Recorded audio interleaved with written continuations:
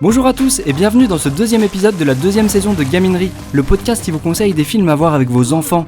Dans cet épisode, je vais vous parler de Sauvage, un joli film français en stop motion très pédagogique qui rappelle l'importance cruciale pour l'humanité de prendre soin de la nature. Bon, ça peut paraître un peu pompeux dit comme ça, mais c'est quand même un message important pour les enfants et un bon rappel pour les adultes. Alors allez hop, c'est parti!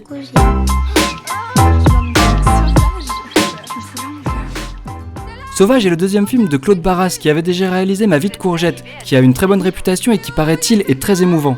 J'avoue que je l'ai pas vu, sûrement à cause des thèmes abordés qui sont très durs, mais je suis sûr que c'est une erreur de ma part. D'ailleurs, si vous avez vu Ma vie de courgette, n'hésitez pas à m'envoyer des messages pour me motiver à le voir avec mes enfants. Ou pas d'ailleurs. Revenons-en à Sauvage.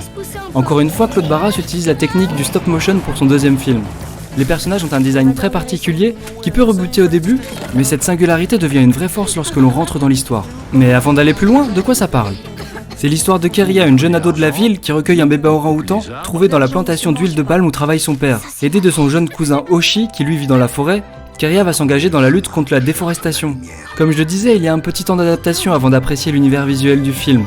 Mais avec ce choix esthétique, on a vraiment la sensation d'un travail artisanal, à milieu des grosses productions hollywoodiennes en images de synthèse. Pour autant, cela n'empêche pas l'animation d'être parfaitement fluide. Mention spéciale aux singes qui se déplacent dans la jungle. L'animation des émotions sur les visages des personnages est d'une grande justesse, et le soin apporté aux détails des différents environnements est vraiment bluffant.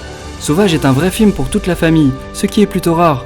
Ma fille de 5 ans et mon fils de 3 ans ont apprécié la relation entre Keria et son petit singe, tandis que mon fils de 11 ans a été plus sensible au récit d'aventure dans la jungle, mais surtout à la prise de conscience politique de Keria.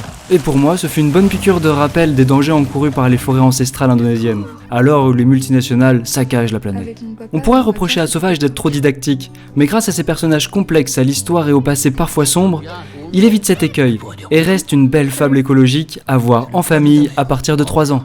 Et voilà, pensez à vous abonner pour ne louper aucun épisode, laissez-moi des messages sur la page Facebook de l'émission, et allez voir les vidéos sur la page YouTube. À bientôt!